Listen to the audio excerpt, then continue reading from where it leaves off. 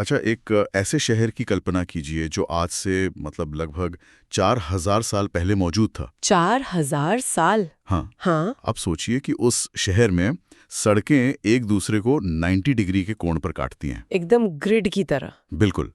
हर घर में अपना बाथरूम है और पूरे शहर में ढकी हुई नालियों का एक जाल बिछा हुआ है। ये तो आज के कई शहरों से भी बेहतर लगता है ना? वही तो बात है। ये किसी आधुनिक शहर का खाका लगता है। बिल्कुल। आज हम इसी हैरान कर देने वाली हकीकत यानी सिंधु घाटी सभ्यता की दुनिया में उतर रहे हैं। हमारे पास जो स्रोत हैं वो एक ऐसी कहानी बताते हैं जो किसी साइंस फिक्शन जैसी लगती है।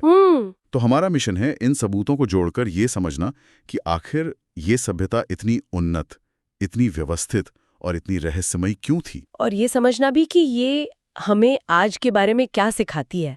सिंधु घाटी सभ्यता सिर्फ ईंटों और मिट्टी के ढेर नहीं है। नहीं, ये मानव संगठन और शहरी योजना का एक तरह से खाका है और उनकी एक ऐसी लिपि है जिसे हम आज तक पढ़ नहीं पाए हैं। हाँ, वो लिपि जो इसे इतिहास के सबसे दिलचस्प अध्यायों में से एक बना देती है। तो चलिए शुरू करते हैं। इसके पैमाने से मैं जब इन स्रोतों में नक्शे देख रहा था तो सच को मेरे सिर चकरा गया। हाँ, इसका विस्तार बहुत बड़ा था। हम सिर्फ एक दो शहरों की बात नहीं कर रहे हैं। हड़प्पा और मोहनजोदाड़ो तो बस सबसे प्रसिद्ध नाम है। बस शुरुआत है। हाँ, इनके अलावा धोलावीरा, लोथल, कालीबंगन सैकड़ों स्थल हैं जो आज के पाकिस्तान, भारत और यहाँ तक कि अफगानिस्तान तक फैले हुए थे। और अगर आप क्षेत्रफल देखें तो ये मिस्र और मेसोपोटामिया की सभ्यताओं को मिलाकर जितना बनता है उससे भी बड़ा था। अरे वाह! और इन सभी स्थलों में एक समानता थी। क्या? जो कोई संयोग नहीं हो सकती। हर बड़ा शहर किसी न किसी नदी के किनारे बसा था। हाँ, सिंधु या घग्गर हकरा नदी। बिल्कुल, ये एक बहुत सोचा समझा रणनीतिक चुनाव था। किसी भी महान सभ्यता की नींव पानी और भोजन की सुरक्षा पर ही टिकी होती है। सही बात है। ये दिखाता है कि वे सिर्फ बस्तियां नहीं बसा रहे थे, वे एक टिकाऊ साम्राज्य की नींव रख रहे थे। और इन्हीं शहरों की बनावट में असली जादू छिपा है। जैसा मैंने शुरू में कहा, सड़कों का ग्रिड पैटर्न। जब मैंने पहली बार मोहनजोदड़ो का नक्शा देखा मुझे लगा जैसे मैं चंडीगढ़ का कोई पुराना नक्शा देख रहा हूँ। हाँ बिल्कुल, सड़कें उत्तर से दक्षिण और पूर्व से पश्चिम, एकदम सीधी रेखा में। ये कोई बेतरतीब ढंग से बसी हुई बस्ती नहीं है। नहीं, ऐसा लगता है जैसे किसी ने पूरे शहर को बनाने से पहले कागज पर उसका डिजाइन तैयार किया हो। आपने बिल्कुल सही नस पकड़ी है, डिजाइन। ये ग्रिड प्रणाली ही इस बात का सबसे बड़ा सबूत है कि इन शहरों को एक शक्तिशाली केंद्रीय प्राधिकरण ने पूरी योजना के साथ बसाया था। मतलब कोई प्लानिंग अथॉरिटी रही होगी। बिल्कुल, ये ऑर्गेनिक ग्रोथ नहीं है, ये प्लान्ड डेवलपमेंट है। और इसमें भी एक सामाजिक संरचना दिखती है।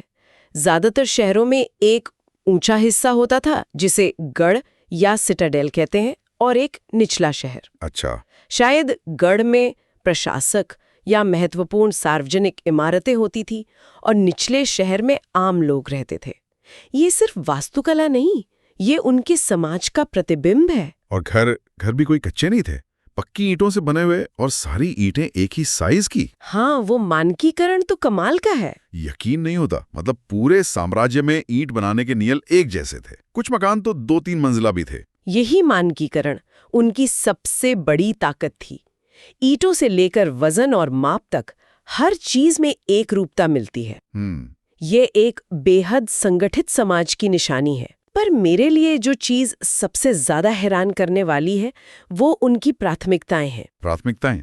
आप स्वच्छता और जल निकासी की बात कर रही हैं ना? हाँ, जरा सोचिए, मिस्र के लोग विशाल पिरामिड बना रहे थे। सही है। मेसोपोटामिया में भव्य मंदिर और महल बन रहे थे जो शासकों और देवताओं की शक्ति का प्रदर्शन करते थे।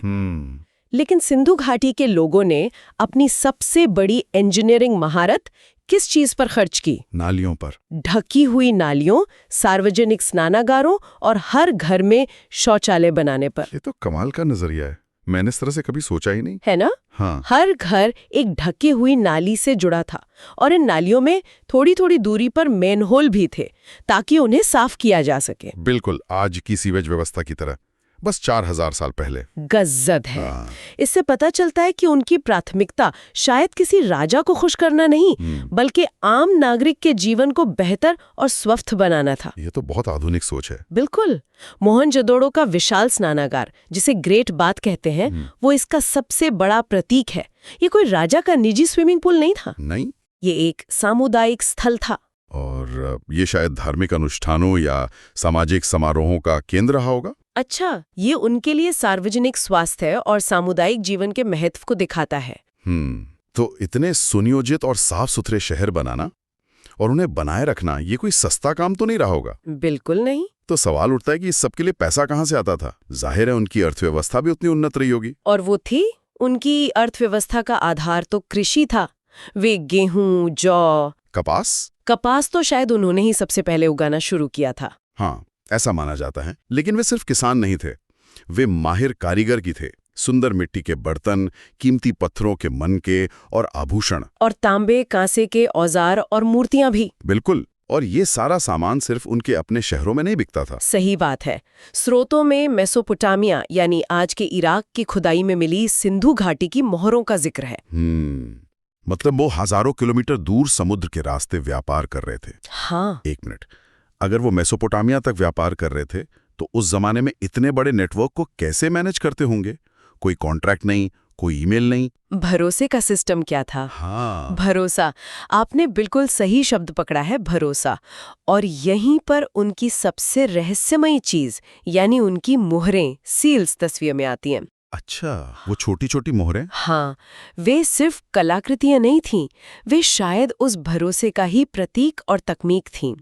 ये सिलखड़ी पत्थर से बनी छोटी छोटी मोहरें होती थीं, जिन पर जानवरों के शानदार चित्र बने होते थे। जैसे वो एक सींग वाला बैल। हाँ, और हाथी, बाघ और कुछ प्रतीक। तो ये एक तरह से आज के लोगो या ट्रेडमार्क की तरह काम करती होंगे। बहुत हद तक यही माना जाता है। जैसे किसी व्यापारी ने अपना माल भेजा तो उस पर अपनी मोहर लगा दी ताकि पता चले कि ये माल किसका है। और इसके साथ कोई छेड़छाड़ नहीं हुई है। ये गुणवत्ता और स्वामित्व का एक आश्वासन था। लेकिन इन मोहरों पर जानवरों के अलावा कुछ और भी है। उनकी लिपि। हाँ, जो इस सभ्यता का सबसे बड़ा रहस्य है। इन मोहरों पर कुछ लिखा भी है, जो सिंधु घाटी की अपनी भाषा और लिपि है। और यही वो पहेली है जिसे हम आज तक पूरी तरह से सुलझा नहीं पाए हैं। मतलब हमारे पास उनके लिखे हुए हजारों दस्तावेज हैं, लेकिन हम उन्हें पढ़ नहीं सकते। ठीक यही बात है। ये तो किसी लाइब्रेरियन के लिए सबसे बुरे सपने जैसा है। ये बहुत निराशाजनक भी है और रोमांचक भी। हम उनकी इंजीनियरिंग देख सकते हैं, उनकी कला को छू सकते हैं, लेकिन हम उनकी आवाज नहीं सुन सकते।